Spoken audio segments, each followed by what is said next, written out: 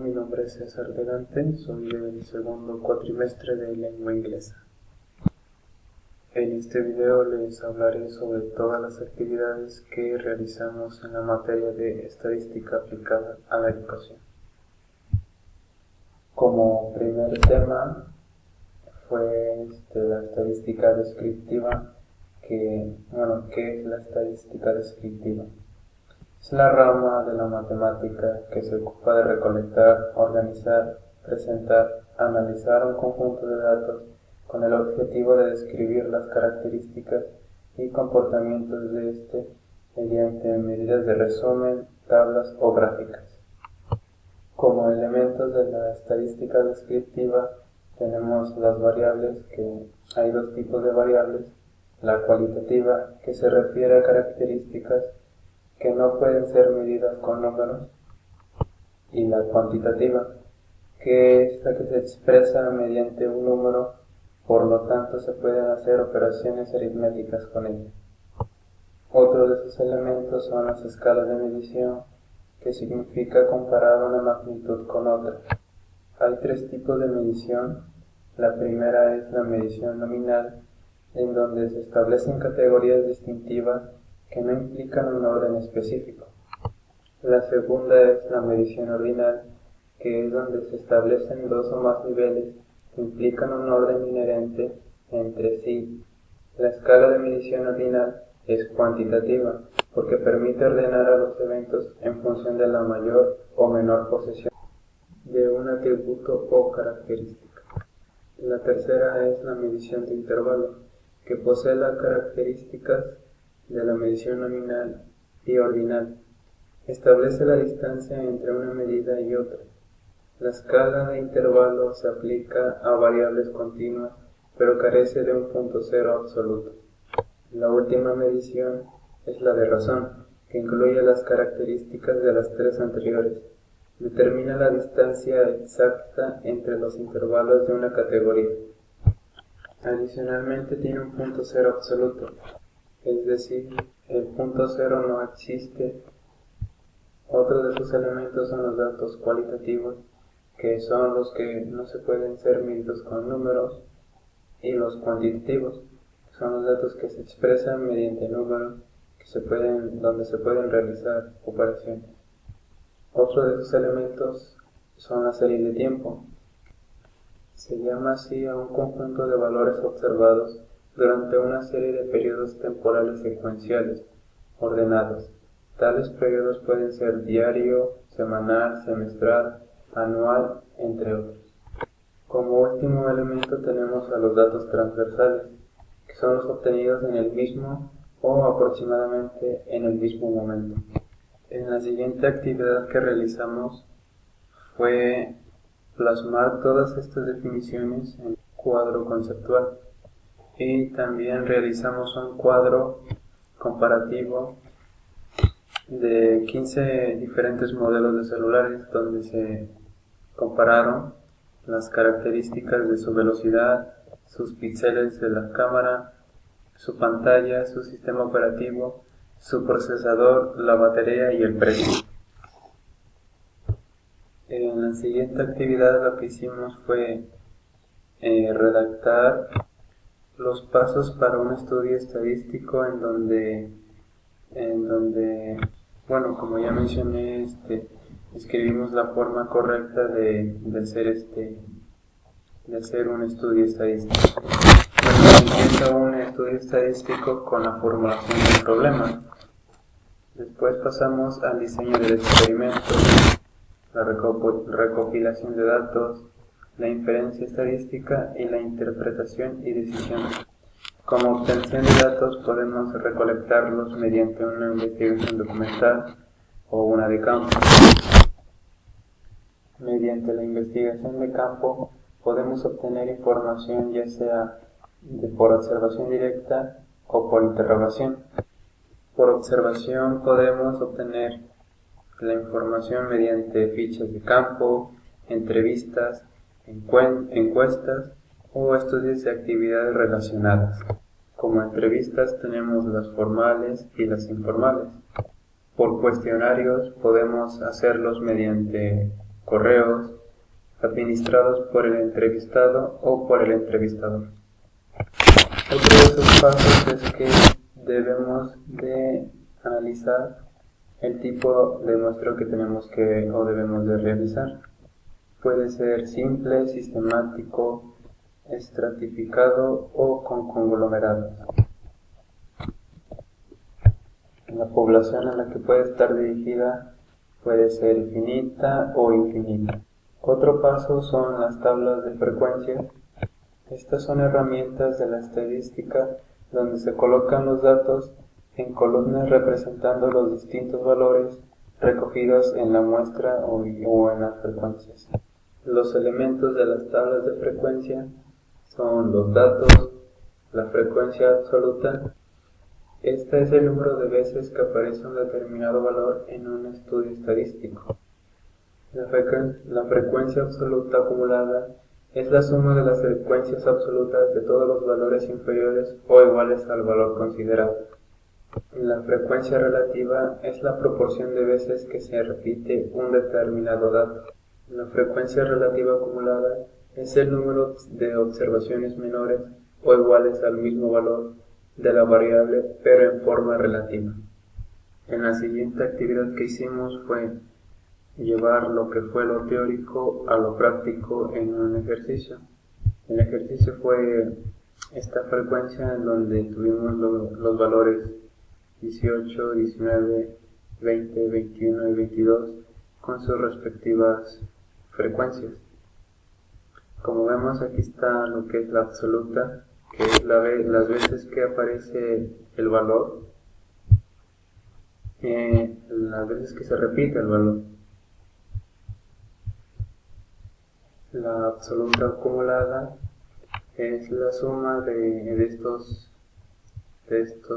frecuencias que se van sumando progresivamente. La relativa es la división de la absoluta entre el número total de datos totales. Una característica de la relativa es que los resultados que obtengamos sumados siempre van a dar 1 o lo más cercano a 1, pero no tiene que ser mayor a 1. O sea, tiene que ser, por ejemplo, 0.99. Y la relativa acumulada, que es la división entre la absoluta acumulada entre el número total de frecuencias, como lo muestro aquí en esta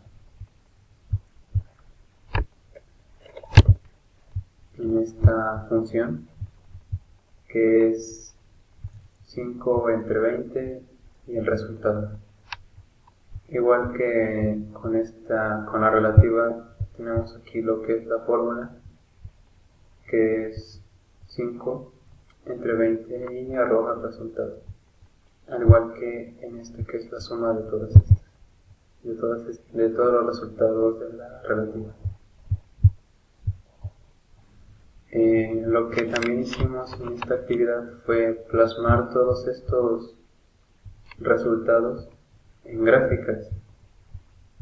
Aquí tenemos lo que es la primera gráfica, que es una mezcla de un histograma, una gráfica de barras y también una lineal.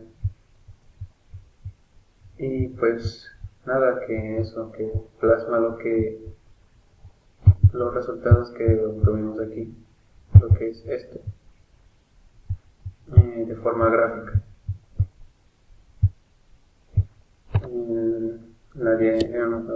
Hicimos varias representaciones, varias gráficas. Una de ellas fue la diagrama de barras, que es esta, que lo que hicimos simplemente fue tomar los ingresos y sus respectivas frecuencias y plasmarlas en la gráfica. Otra gráfica que hicimos fue la de sectores, que aquí está. Y bien, tuvimos segunda actividad, segundo segundas ejemplos con otras frecuencias en donde hicimos lo mismo. Teníamos lo que es los datos con sus respectivas frecuencias y bueno, nada que se sumaban todas las frecuencias. En base a esto sacamos lo que es la absoluta, la relativa y la relativa acumulada. Y volvimos a hacer lo que hicimos en el ejercicio anterior, que fue representar nuestros datos de forma gráfica. Aquí tenemos el diagrama de barras y la de sectores. La siguiente actividad que hicimos fue un cuestionario utilizando la herramienta de Google Drive, en donde el tema de este cuestionario fue los estilos de aprendizaje y bueno, pusimos lo que fueron preguntas sencillas, desde pedir el correo electrónico y el nombre hasta preguntas de forma, ¿cómo decirlo?, eligiendo una de las posibles varias respuestas. Como siguiente actividad fue identificar o diferenciar los distintos tipos de curvas en las frecuencias. Como primer tipo encontramos la simétrica, que es prácticamente una U invertida, más o menos así. Tenemos la sesgada a la derecha, que es parecida, pero lo que es la punta está más orientada hacia la izquierda, y viceversa con la sesgada a la izquierda, que es sesgada pero a la derecha.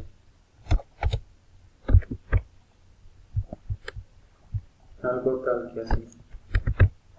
Tenemos la en forma de J invertida, que es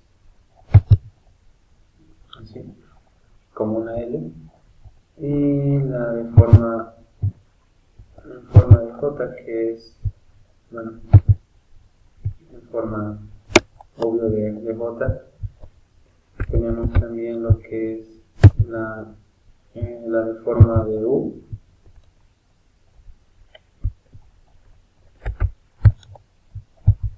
Tenemos el tipo que es bimodal, que es como si tuviese dos pequeñas montañitas divididas, y la multimodal, que es cuando tiene más de estas cositas.